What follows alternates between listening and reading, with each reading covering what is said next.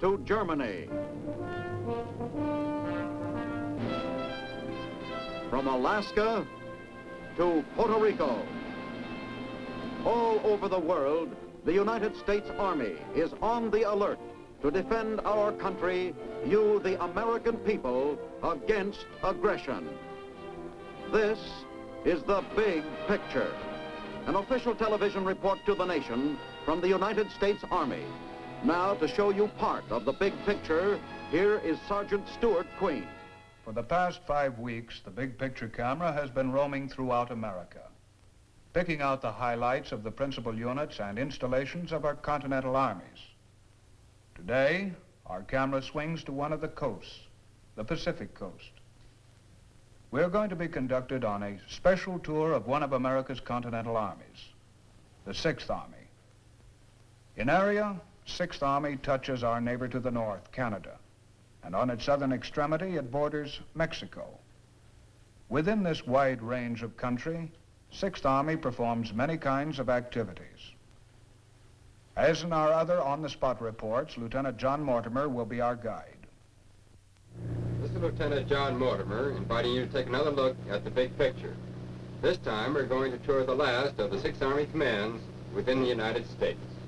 We start our trip in the picturesque country surrounding the Golden Gate Bridge at the western edge of the nation.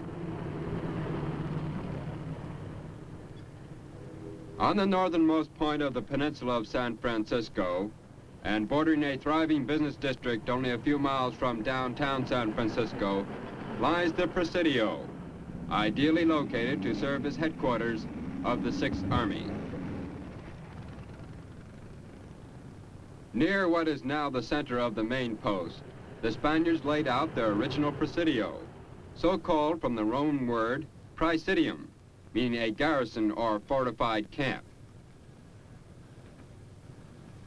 This tablet marks the northwest corner of the original Presidio of San Francisco, founded by the Spaniards in 1776. Nearby stands the Presidio Chapel, whose Spanish architecture honors the early California missionaries. In Colonel Donahue, post chaplain, we find a guide well-versed in the Presidio's history. Good morning, Chaplain. Good morning, You Lieutenant. Chaplain Donahue, sir? Yes, I'm Chaplain Donahue. This is Chaplain Lewis, our post chaplain. Good morning, sir. You certainly have a wonderful view from up here, sir. We certainly do. I think this is one of the prettiest views that we have in San Francisco from the Presidio, and with our beautiful chapel here on the hill. Yes, fine. Now, what are some of these buildings, sir? Well, this is our service club here. Now, from right over here, you can see the Officers Club, which is the oldest building in San Francisco. You can see right through here the tile roof building. Yes. And then right beyond that is the Chapel of Our Lady, which is the Catholic chapel of the Presidio, which was established here in 1776. Well, I see Mass is just getting over there. Yes, you can see the people coming out of Mass right now. It's a beautiful, beautiful little chapel and is a historic spot for the place of first Christian worship here in the Bay Area. I would like to show you the mural that is on the side of our building here. It's really depicts various scenes of California history. As you approach it, of course, you see the statue of St. Francis of Assisi, after whom San Francisco is named, and then you see in the mural various scenes depicting eras of California history. In fact, right there is the picture of the Officers Club, which I showed you a minute ago. And then in front of him here is probably Father Juniper Cerro, or one of the Franciscan missionaries with his Indian converts. And then over here you see something of the Gatun locks of the Panama Canal and its importance to California history. And the planning of the Golden Gate Bridge. I see. Yes. Well, Lieutenant, it's just about time for church to begin. Would you come into church with us? Thank you very much, Fine, Chaplain. fine. Glad to have you. We should at all times and in all places give thanks unto thee, O Lord, the Holy Father, Almighty, everlasting God. Therefore, with angels and archangels, and with all the company of heaven, we laud and magnify thy glorious name. evermore praising thee and saying, Holy, holy, holy, Lord God of hosts, heaven and earth are full of thy glory. Glory be to thee, O Lord Most High. Amen.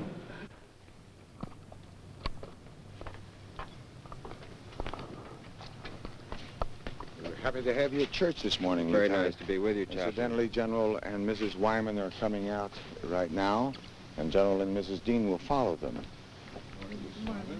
Good morning. This is Mrs. Wyman. Good Lieutenant. morning. Good morning. And this is General Good morning, Wyman. General. How are you, sir? I'm very glad to see you start at your chapel, at our chapel, for the tour that you're going to make of the Sixth Army.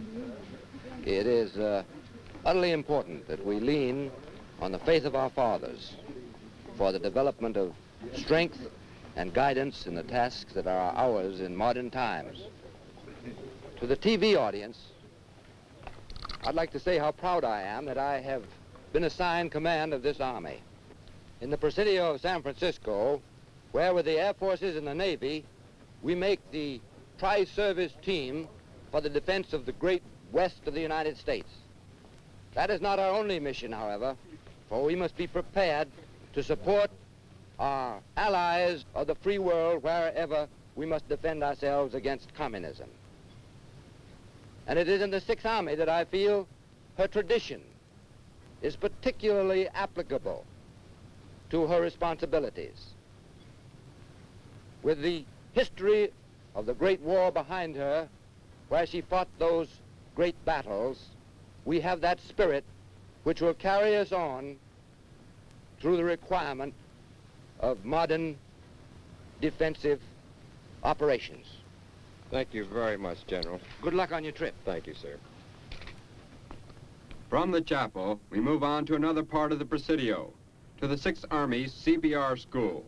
The C in CBR stands for chemical warfare, the B for bacteriological warfare, and the R for radiological warfare.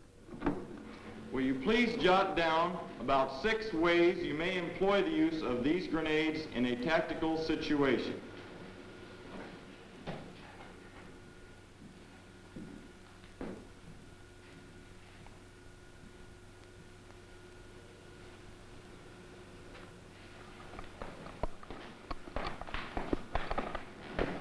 Good morning. I'm Lieutenant Mortimer, the big picture camera.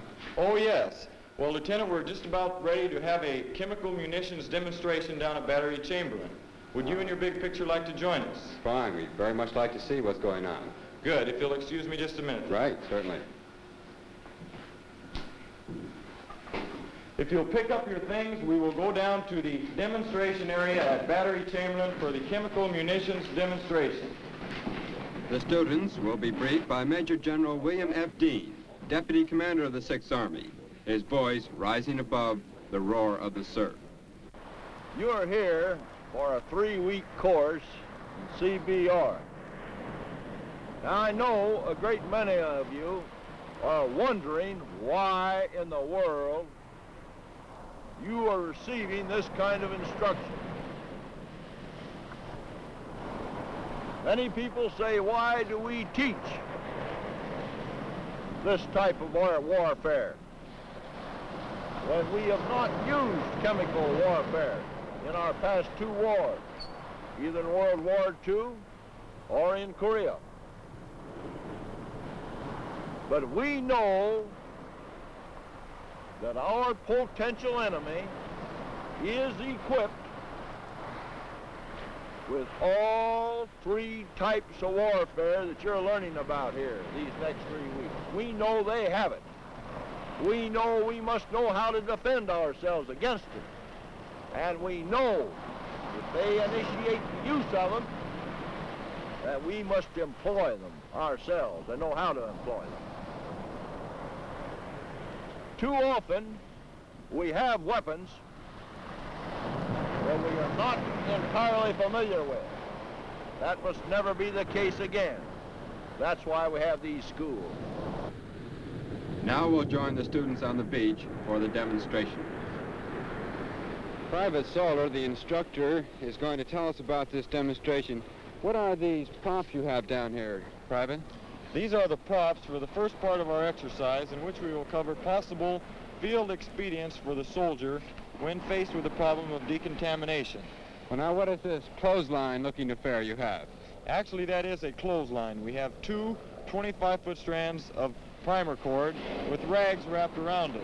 We do this to show you the effectiveness of primer cord, as it will be used with the munitions for the rest of the afternoon. I see.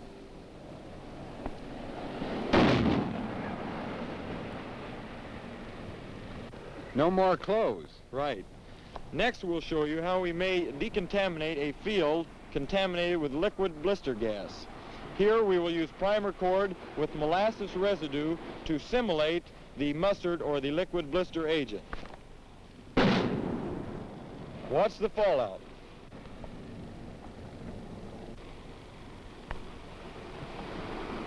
Now we will show you how we will decontaminate this field contaminated with mustard agent. What we will do is use bleach over two strands of primer cord. The primer cord will blow up the bleach, and through the use of the wind, it will fall out directly upon that mustard in the field. Notice the fallout right on top of the mustard. That is decontamination right there. Yes, sir. Bleach is a very good agent to decontaminate mustard. We could march the troops right across that field now with no harm. Now, if you will imagine that this is a grassy or brushy field contaminated with mustard gas, we will show you how the explosive effect of primer cord will blow a path through this area so that we may safely march some people through there, or even a truck, as in the second case.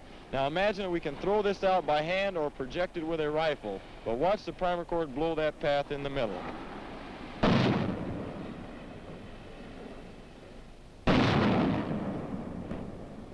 I'd say that's quite a path there. Right. If you notice that that would be a grassy field, there would be an area there large enough for a truck to drive right through very safely. Now, Lieutenant, if you'll follow me down a little farther, we'll get on to the second part of our show and show you some of the other munitions we use. Fine. It's extremely interesting.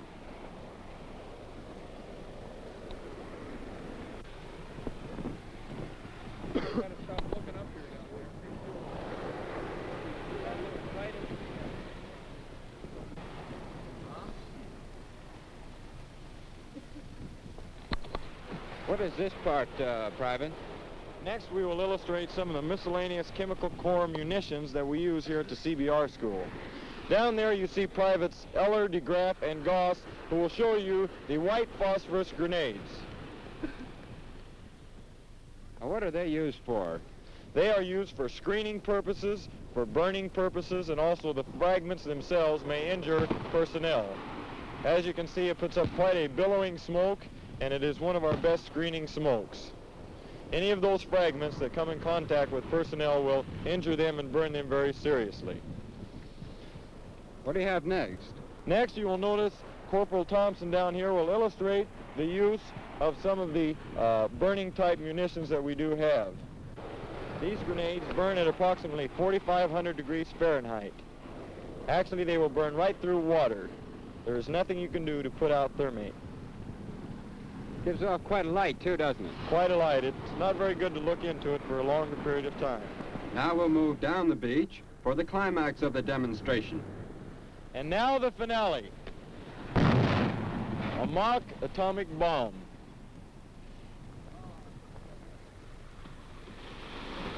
Quite a show. Thank you very much. It's a pleasure. Thank you, sir. Right. Next stop for the big picture camera truck in his tour of 6th Army is the Yuma Testing Station, 30 miles north of Yuma, Arizona. The 6th Army Command embraces 8 western states. Yuma Test Station includes 1 million acres of desert terrain, which adds up to an awful lot of sand. In this terrain, chiefly sandy bottomland and jagged mountains, research and development for all technical services of the Field Forces Board are conducted. Vehicles which survive these rugged courses can be expected to stand up under the most difficult desert conditions. Does it have the power to make it, especially under these weather conditions? Remember, extreme heat is a vital factor on the desert. Out here, the most severe tests are usually reserved for the hottest days. In summer, temperatures average 115 degrees in the shade, while the sand often is 20 or more degrees hotter.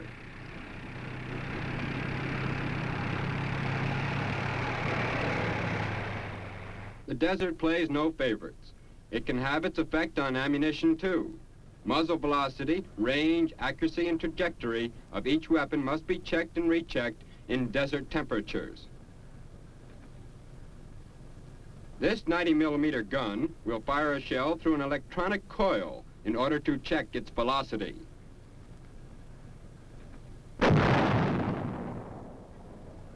Besides checking the velocity of the shell, the test crew will examine its casing. Heat may have affected the casing directly or indirectly by damaging the gun barrel. Of all weapons of war, you might expect flamethrowers to be most resistant to heat. But sooner or later, the men at Yuma test just about everything the Army uses.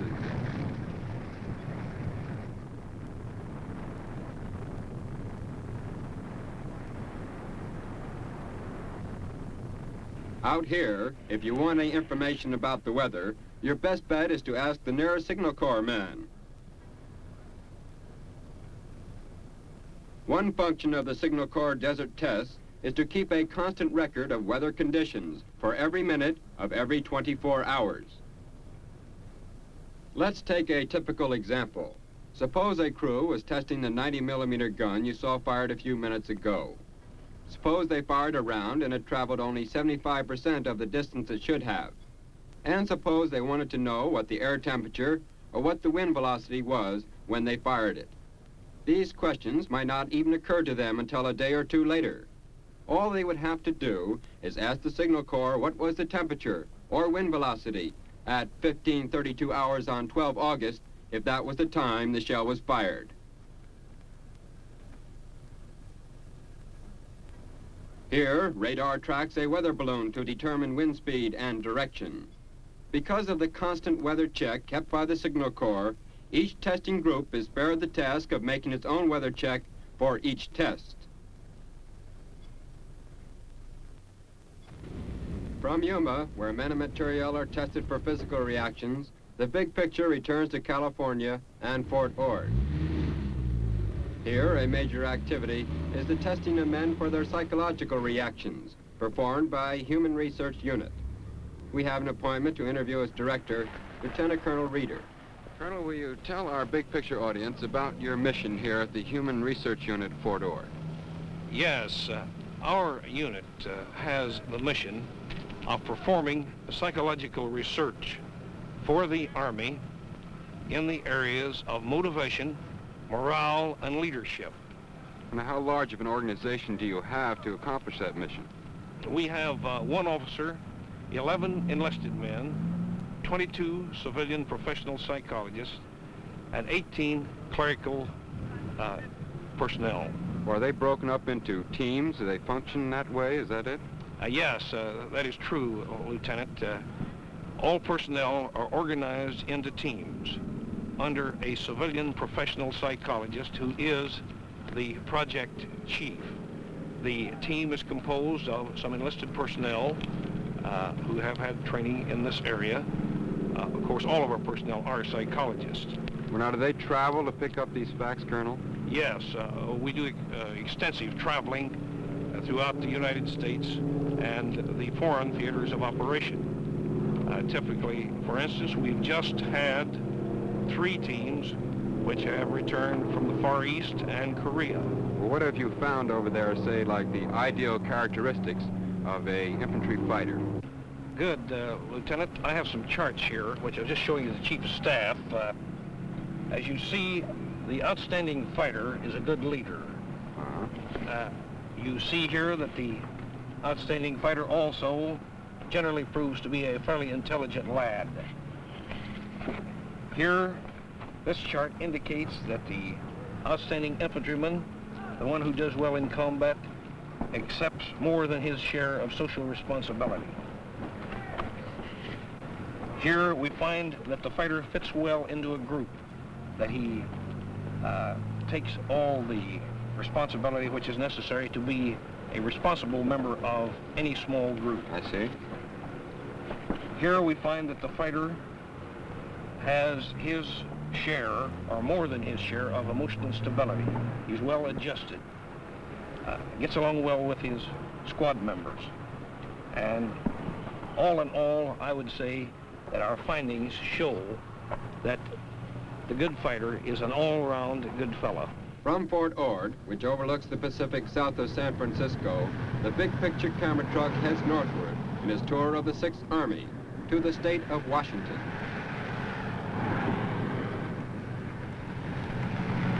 Its destination of embarkation. To the background music of an Army band, which greets all incoming ships from the Far East Command, a transport brings home a shipload of returning soldiers. During recent years, scenes like this have become very familiar, but to each returnee waiting to set foot on American soil again, and to each waiting parent, wife or child, the emotional pang is as great as if it were the first time it ever happened.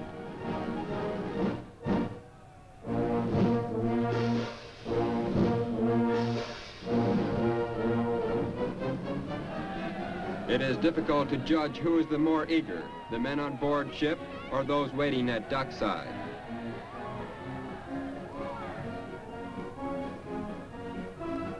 We leave these troops for another area of the port to interview Lieutenant Colonel George G. Evans,